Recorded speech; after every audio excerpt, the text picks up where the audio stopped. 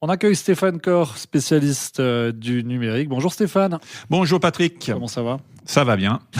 On va parler d'un cas qui s'est produit pendant les JO à Paris. Vous vouliez revenir sur ce traitement médiatique d'un assassinat d'une bénévole. En tout cas, c'est comme ça qu'on l'a présenté au début.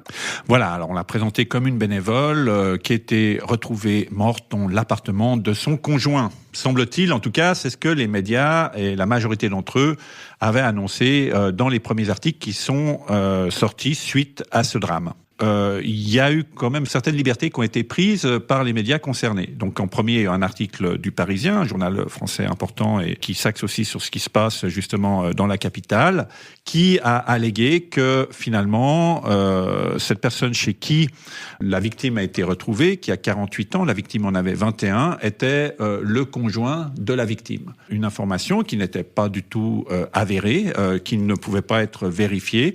Et là, il y a quand même eu un vrai manque de prudence de la part des personnes qui ont traité cette information par rapport à ce type d'annonce.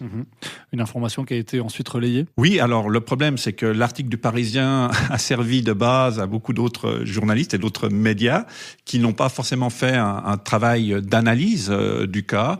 Et on a reproduit, pas à l'infini, mais presque, le fait que oui, cette jeune femme de 21 ans était assassinée par son compagnon de 48 ans. Et en plus, est sorti dans les médias qu'il s'agissait d'un migrant. Donc là, la déferlante a été lancée et derrière, il y a eu des échos à l'infini sur les réseaux sociaux de ce cas où la victime a été totalement invisibilisée par l'information concernant que l'auteur présumé des faits, fait qu'il a reconnu entre-temps, était un migrant. Ensuite, dans un deuxième temps, de nouveaux articles sont parus, plus justes cette fois ? Oui, alors dans un deuxième temps, après, il y a une série d'articles qui devenaient un peu plus factuels et au final, les faits ont été établis. Une jeune femme de 21 ans a été retrouvée morte dans l'appartement d'un homme de 48 ans et elle aidait cette personne dans une procédure d'intégration, de demande de papier et elle lui donnait aussi des cours de français. Ça, c'est les faits. Et c'est là que finalement, on aurait dû en rester. Et c'était là aussi ce qu'on avait en main dans la situation de départ.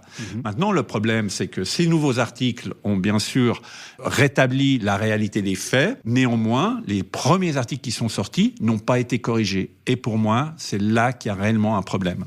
Donc les médias ont la responsabilité de devoir corriger quand une nouvelle info est disponible ? Pas seulement, ils ont cette responsabilité-là, bien sûr, de devoir corriger. On sait que les médias sont sous pression, que les journalistes ont de la peine des fois à pouvoir sortir de leur bureau pour faire des enquêtes de terrain. On leur demande de produire et de produire et de produire. Mais il y a aussi des mécanismes qui ont été abandonnés, des mécanismes de vérification. Par exemple, l'AFP a fait un communiqué qui était, lui, et aussi erroné, donc l'agence française de presse, mais ça peut être la même chose pour n'importe quelle agence. Et ce communiqué erroné était repris dans des médias suisses, in extenso, c'est-à-dire de manière un peu automatique, sans vérification humaine. Et là, c'est problématique parce qu'on a reproduit cette erreur-là, on n'a pas cherché à s'enseigner, c'est une des news, un fait divers parmi d'autres, mais au final, on a quand même une victime dont l'image peut être affectée, parce que toutes ces informations-là vont venir s'intégrer dans les moteurs de recherche, dans les strates des moteurs de recherche, et à chaque fois qu'on va mettre des mots-clés en rapport avec cette affaire, ça va ressortir. Et c'est des informations erronées qui vont peut-être servir au final, malheureusement, d'épitaphe à la victime, dont le nom a été aussi révélé dans la presse. Donc pour vous, on a franchi une ligne rouge ?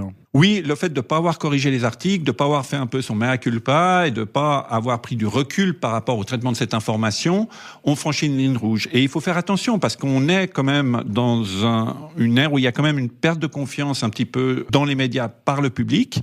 On est dans une fragilisation du métier aussi, avec en plus une entrée en force des outils d'intelligence artificielle générative. Donc il faut d'autant plus être vigilant par rapport en fait au traitement de l'information. Tout le monde peut faire une erreur. Cette erreur, ma foi, est humaine, mais il faut savoir la corriger. Et en tout cas, dans cette affaire, c'est le fait de ne pas l'avoir corrigée, de ne pas avoir rectifié, qui est quelque part un peu un manque de respect envers la victime de ce drame. Merci beaucoup Stéphane Corr. Merci.